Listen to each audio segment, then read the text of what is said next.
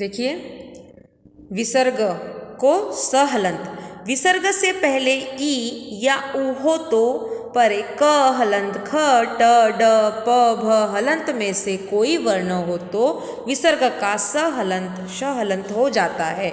विसर्ग धन क स, नि धन कलंक निष्कलंक, निह धन काम निष्काम, निह धन कपट निष्कपट, दूह धन कर्म दुष्कर्म, धनु धन टंकार धनुष्टकार, चतुर्धन पद चतुष्पद, निह धन प्राण निष्प्राण, निह धन फल निष्फल। विसर्ग का लोप हो जाना, यदि विसर्ग से पहले अ या आ हो परे कोई भिन्न स्वर हो तो विसर्ग का लोप हो जाता है। जैसे अंत, अतः, धन एव, अंत एव, और यहाँ से विसर्ग हट गया है। विसर्ग का लोप हो जाने पर पूर्व स्वर का दीर्घ हो जाता है। जैसे यदि किसी विसर्ग के आगे र हो तो विसर्ग का लोप हो जाता है और उसके पूर्व स्वर को दीर्घ कर दिया जाता है। जैसे नीह धन रस नीरस, अब नीह रस्व है पर अब वह जब शब्द बना है तो नीरस, यह नी क्या हो गया है, दीर्घ हो गया है। निह धन रोग निरोग, निह धन रव निरोग। ध्यान में आ रहा बच्चों आपको? तो इस प्रकार से नियम यहाँ होते हैं।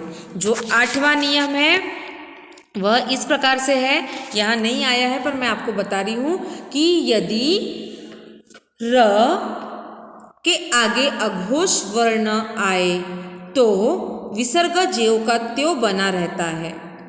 यदि कोई आगे घोष वर्ण आए तो र ज्यों का त्यों रहता है। अंतरकरण अंतकरण, पात्र धन काल पातः काल, पुनर्जन्म पुनर्जन्म। यहाँ उपयुक्त नियम के अधीन ही विसर्ग की स्थिति बनी रही है। तो ये जनरली ऐसा आते नहीं है पर ये बताने के लिए आपको यहाँ पर 8वां मैंने हिंदी का आपको विसर्ग का नियम बताया है। और ऐसे भी कुछ संधियाँ है, ऐसे भी कुछ संधि शब्द है जो विशेष संधि रूप लेकर आते हैं, पर हमें इतना उस पर ध्यान देना नहीं है। तो उतना भाग अगर हमने नहीं भी पढ़ा तो कोई उसमें गलत नहीं होगा। तो जितना आपको ज़रूरी है मैंने उतना हर चीज़ आपको बता दी है बच्चों। तो आपको अब ध्यान में रखना है और इसके साथ में जो आपको स्वाध्याय दिया गया है वह स्वाध्याय आपको करना है। ध्यान में आ रहा है? देखो, अभ्यास के लिए यहाँ पे दिया गया है, स्वर किसे कहते हैं ये लिखना है आपको। स्वर तथा व्यंजन संधि में क्या अंतर है, प्रत्येक के 3-3 उदाहरण दीजिए। नीचे दिए गए शब्दों की संधि कीजिए।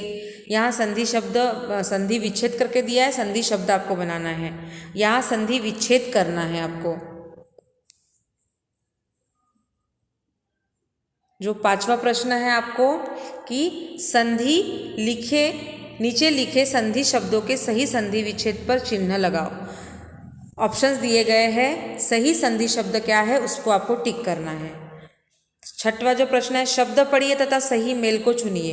इसका सही मेल क्या है? अत्यावश्यक, अति धन आवश्यक। अति का ती कौन सा है? छोटा था। तो ये आपको ध्यान में रखना है। उस प्रकार से 6वां यह प्रश्न आपको करना है। ठीक है, तो इतना आप लोग आपकी कॉपी में करोगे। कॉपियाँ अभी स्कूल में मंगाई जा रही है तो आपकी कॉपी पूर्ण करके आपको कॉपी देना है। अगर आपको कुछ नहीं समझा है बच्चों, आप व्यक्तिगत रूप से फ़ोन करके बात कर सकते हो। लाइव क्लास होता है, लाइव क्लास में आपको जो भी प्रश्न है आप पूछ सकते हो। ज़्यादा से ज़्यादा बच्चे लाइव क्लास ज्वाइन करो ताकि जो भी आपको समस्या आ रही है वह समस्या का हल हो सके, है ना। तो अब ये जो इतना पढ़ाया हुआ भाग है हम लाइव क्लास में पढ़ेंगे। ठीक है, तो आज के लिए इतना ये पूरा आपका विसर्ग संधि हो गई है।